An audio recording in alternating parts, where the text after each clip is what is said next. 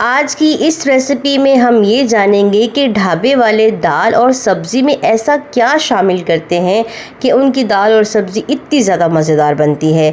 Recipe के साथ बने रहिए, तमाम राज आज खुलने वाले हैं। रेसिपी को हम स्टार्ट कर लेते हैं। बिस्मिल्लाहिर्रहमानिर्रहीम। सबसे पहले आधा किलो मैंने चने की दाल ली है। इसको मैंने पानी में अच्छे से वॉश करके पैन में डाल दिया है। अगर आपके पास टाइम हो तो आप चने की दाल को भिगो कर रख लें, वरना ऐसे ही बना लें। मैं तो ऐसे ही फटाफट बना रही हूँ। इसके बाद क्या करेंगे, हम इसमें प्याज शामिल करेंगे। मैंने छोटे साइज़ के प्याज लिए हैं और उनको बीच में से कट कर लिया है। मैंने 4 प्याज लिए हैं, ये हम इसमें ऐड कर देंगे।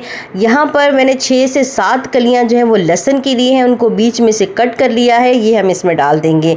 इसके बाद यहाँ पर मैंने हरी मिर्चें ली हैं, साबित हरी मिर्चें 4 से 5 अदद, ये भी हम इसमें डाल देंगे। लहसुन की कलियों को आपने बीच में से कट करके इसमें डालना है। इसके बाद यहाँ पर मैंने 2 टमाटर लिए हैं और इनको भी मैंने मोटा मोटा काट लिया है।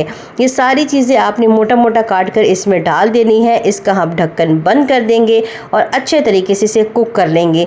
दाल भिगो कर नहीं रखी थी, इसीलिए इसको 30 से 35 मिनट लगे गलने में।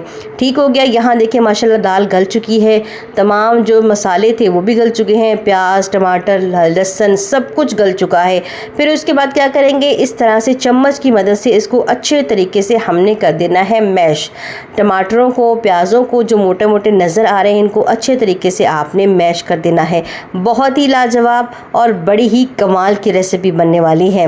इसके बाद यहाँ पर देखें जी, मैंने ले लिया है घी। आपने इस रेसिपी में घी का इस्तेमाल करना है। कोशिश करें कि आप घी का इस्तेमाल करें। देसी घी हो तो सोने पे सुहागा हो जाएगा। अगर डालडा घी है तो वो भी डाल सकते हैं। कुकिंग ऑयल अवॉइड करें तो अच्छी बात है, क्योंकि घी से इसका जायका कमाल का होगा।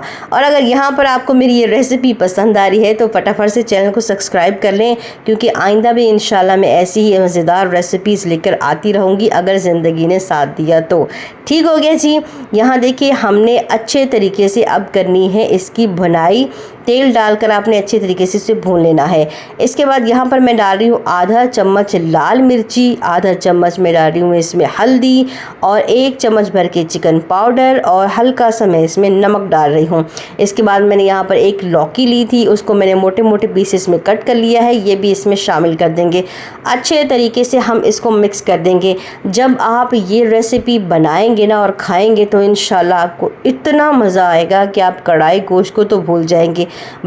बहुत ही कमाल की रेसिपी है। ढाबे में जब भी जाओ ये दाल का ऑर्डर सब करते हैं, क्योंकि दाल ढाबे वाले की कमाल की होती है, उसका कोई जवाब नहीं। लेकिन हमने जवाब ढूंढ लिया, एक बार बना कर दिखिएगा। इसके बाद अच्छे से हमने इसकी भुनाई कर दी थी। 3 से 4 मिनट के बाद हमने इसमें डाल दिया है पानी। मैं यहाँ पर 1 गिलास पानी डाल रही हूँ, जिसमें क्या होगा कि हमारी दाल जो है वो भी पतली हो जाएगी और हमारी लौकी भी गल जाएगी। इसके बाद हम सिंपल इसका कर देंगे ढक्कन बंद और 10-15 मिनट के लिए हम इसको मीडियम आंच पर छोड़ देंगे। यहाँ देखिए माशाल्लाह से 10-15 मिनट हो चुके, दाल आपकी रेडी हो चुकी। ना कोई झंझट, ना ही कोई स्यापा। सिंपल आसान सा तरीका पर कमाल और लाजवाब। इसके बाद आधा चम्मच इसमें डाल देंगे हम गरम मसाला और अच्छे तरीके से इसे मिक्स कर देंगे। इतनी मज़े की है ना कि जब खाएंगे तो आप उंगलियां चाटते रह जाएंगे। मैं इसकी इतनी तारीफ़ें इसलिए कर रही हूँ क्योंकि ये बहुत बहुत बहुत लाजवाब है।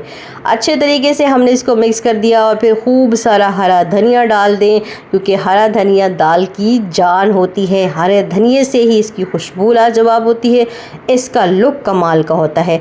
कमाल की रेसिपी है, एक बार ज़रूर ट्राई करके देखिएगा, आपको इंशाल्लाह बहुत ज़्यादा पसंद आएगी। और आप ये देखें, इसी तरीके से उनकी दाल होती है कि उसमें चने बिल्कुल भी नहीं आते, चने की दाल बिल्कुल भी नज़र नहीं आती।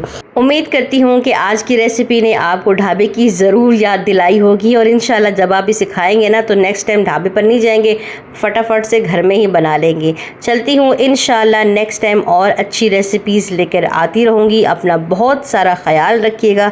अल्लाह हाफ़िज़।